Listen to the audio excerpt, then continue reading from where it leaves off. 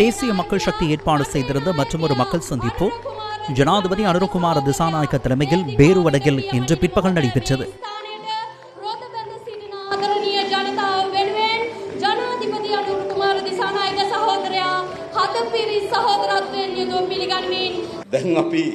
தற்போது நாம் அரசாங்கத்தை உருவாக்கி சுமார் 6 மாதங்களாகின்றன.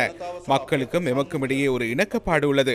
எமக்கு வாக்களித்தால் நாட்டின் பொருளாதாரத்தை கட்டியெழுப்புவதாக நாம் கூறினோம்.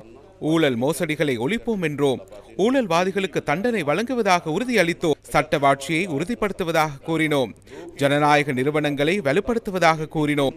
உலகில் ஓரம் கட்டப்பட்டிருந்த நாட்டை உலகில் ஏற்றுக்கொள்ளும் நாடாக மாற்றுவதாக உறுதியளித்தோம். நாட்டு மக்களின் வாழ்க்கை தரத்தை உயர்த்துவதாக தெரிவித்தோம். இதுவே உங்களுக்கும் எமக்கும் இடையிலான இணக்கப்பாடு. மக்கள் எமக்கு வாக்களித்து எதிர்பார்த்த அனைத்தையும் நாம் தற்போது நிறைவேற்றி வருகின்றோம். நிச்சயமாக இறுதி வரை அதனை நிறைவேற்றுவோம். ஆனால் இன்று சிலர் அழுகின்றனர்.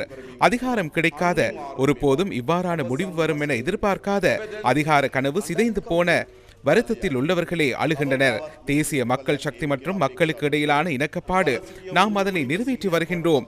எமது முதலாவது ஆட்சி காலத்திற்குள் அவை அனைத்தையும் நாம் நிறைவேற்றுவோம் என்பதை உறுதியாக கூறுகிறோம்.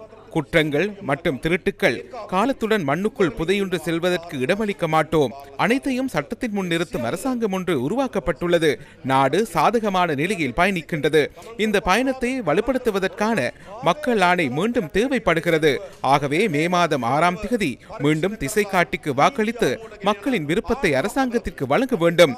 ஜனாதிபதி, அமைச்சரவை, பாராளுமன்றம், பிரதேச சபை, நகர சபை அனைத்தும் ஒன்றாக பயணிக்க வேண்டும். அரசாங்கத்திற்கு இணையாக கிராம மட்டங்களில் அதனை வெற்றிகரமாக முன்னெடுக்க திசை காட்டிக்கு மக்கள் ஆணையை வழங்க வேண்டும்.